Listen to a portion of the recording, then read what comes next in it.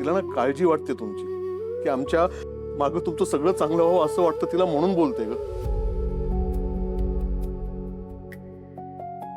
Bye, तुम्ही जसं तिच्यावर प्रेम करता ना तसंच मी पण खूप प्रेम करतो तिच्यावर. तिला तिला मी दुःखात नाही बघू शकत, पण म्हणून मी तुझ्यावर जबरदस्ती नाही करणार. नाही करणार. तुला तुला नाही ना लग्न करायचं, ठीक आहे, नको करू. मी त्या विनायकला काय सांगायचं ते सांगेल, पण मला काहीतरी एक कारण सांग ना. मी उद्या कामावून येईपर्यंत तुला वेळ देतो. तू तुझा निर्णय सांग, काही असू दे, काही कुठलाही निर्णय असू दे, मी तुला काही बोलणार नाही त्याच्यावर. पण एक नकाराला ठोस कारण नसेल ना बाळा,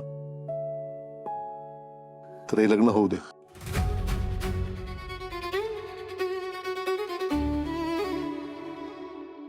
आई बाप म्हणून आमच्याच विश्वास ठेव. तुझं वाईट नाही होऊ दे ना.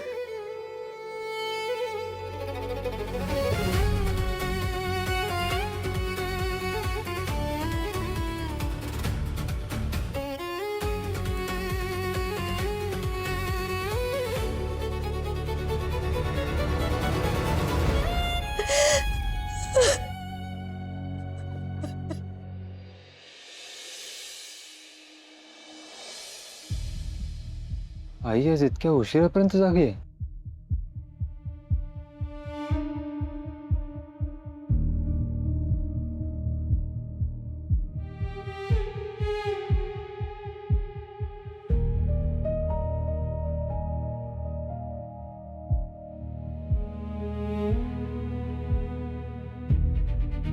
गौतमचं टेन्शन घेतेस का?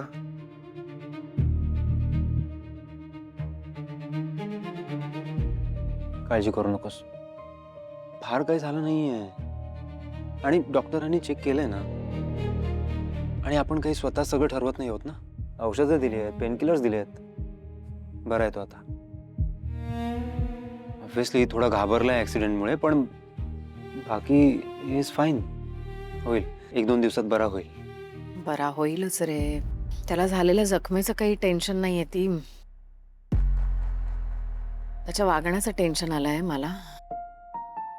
जरा बालिश आहे ना, दिसतोय तसाच, वागतोय तसाच. स्वभावाने चांगला आहे, प्रेम करतो सगळ्यांवर, लोकांच्या मदतीला धावून जातो, लोक कौतुक करतात, सगळं छान आहे. पण आयुष्याकडे सिरियसली पाहायला हवं ना थोडंसं. हळवा आहे ना, छोट्या छोट्या गोष्टी मनाला लावून घेतो तो, म्हणून. अजूनही तसंच आहे. आठवतंय ना, कॉलेजमध्ये डिप्रेशन मध्ये गेलो होतं बाळ आपलं. तू होतास म्हणून लवकर बाहेर आला, तरी सगळं करून वर्ष लागलं आहे की नाही. ह्या एवढ्याशा प्रसंगांनी तो नंतर कसा हसरा, मज्जा मस्ती करणारा, लोकांना चिडवणारा, नुसता बडबड करणारा मुलगा, आणि हा अचानक असा एक दिवस गप्प होऊन घरात आला. वागण्यात झालेला बदल, भीती वाटते रे मला. पुन्हा तो नक्की चुकून आला होता ना तुझ्या गाडीसमोर. काय विचार करतेस तू? आई अगं, नको नको घेऊस एवढं टेन्शन. हे बघ, मला नाही वाटत मेजर असं काही झालंय. आणि तू म्हणालीस ना, आता छोट्या छोट्या गोष्टी मनाला लावून घेतो. मित्रामित्रामध्ये भांडण झालंय, दॅट्स इट. आपण बोलू ना. इनफॅक्ट तो स्वतः येऊन सांगेल 2-3 दिवसात. आयुष्यभर असं राहणार आहे का तो? नाही ना. तू का स्ट्रेस घेतेस? अगं, बीपी लो होईल तुझा. मी आहे ना, मी बोलीन. नाही आहेसच रे तू, बोलशीलच त्याच्याशी, पण डोक्यात काहीतरी चालू आहे त्याच्या, आणि तो लपवतोय काहीतरी आपल्यापासून असं वाटतंय सारखं.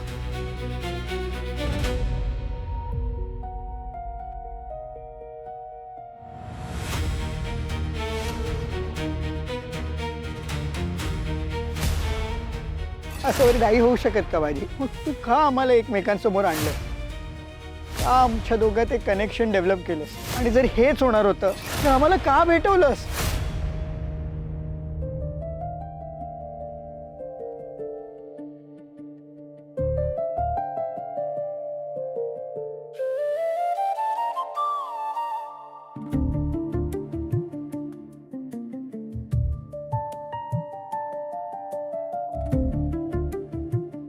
झोपली नाहीस तू असून? दूध पी. नकोय मला. दूध पी, जेवली नाहीयेस तू. आणि उद्या सकाळसाठी चहाला आहे दूध थोडं. नंतर पप्पा आणून देतील. प्लीज पी ताई. अगं जेवली नाहीयेस तू, ऍसिडिटी होईल.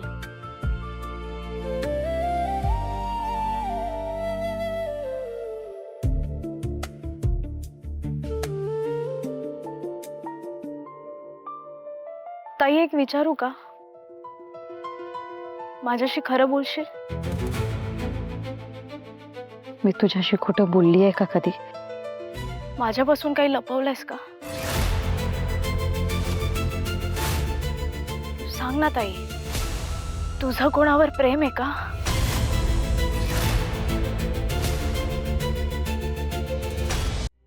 तुला असं वाटत असेल तर तू काय लपवतोय हे शोधायचा प्रयत्न करतो मी. डोंट वरी. नाही विचारशील, आडून आडून विचार. हा हो त्याला डायरेक्ट विचारून परत तो हो हो. तुला माहिती आहे ना, माझ्यासाठी साक्षी आणि गौतम माझ्या जीवापेक्षा जास्त महत्वाचे आहेत. गौतमचा काय प्रॉब्लेम आहे, तो कसा सॉल्व्ह करायचा हे सगळं मी बघेन. जोपर्यंत त्याचा मोठा भाऊ जिवंत आहे त्याच्या मनासारखंच होईल. तो आनंदी राहील ही माझी जबाबदारी. तो आराम करता. नाही मी बोल ना. तू बोललीस ना माझ्यापासून काही लपवणार नाहीस. आपण सगळं शेअर करतो एकमेकींशी. कोणावर प्रेम आहे का तुझं? प्रेमात पडलेस का तू? असेल तर सांगून टाक मम्मी पप्पांना. नाहीतर मग ते बोलतील तसं तरी कर. ताई, मम्मी पप्पांना ना बेस्ट समजतं आपली परिस्थिती काय आहे, आपण काय करायला पाहिजे. आणि ते जे ठरवतील ना ते चुकीचं नसेलच बघ. आपण विश्वास ठेवला पाहिजे त्यांच्यावर. पण तुझ्या डोक्यात दुसरं कोणी आहे का? बोल ना. अगं मग हो बोलायला काय प्रॉब्लेम आहे त्या मुलाला? मम्मी पप्पांना टेन्शन आणि त्यांना टेन्शन मध्ये बघून तुला उगाच त्रास होणार. कशाला पाहिजे हे सगळं? ताई, हो बोलून टाक ना त्या मुलाला.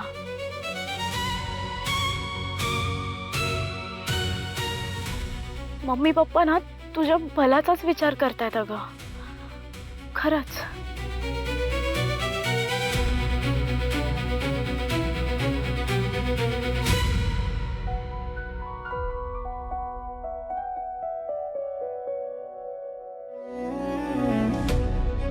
ताईला काय झालंय कळत नाहीये.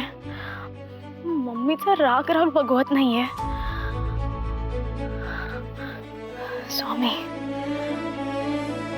तुम्हीच काहीतरी मार्ग दाखवा यातून प्लीज.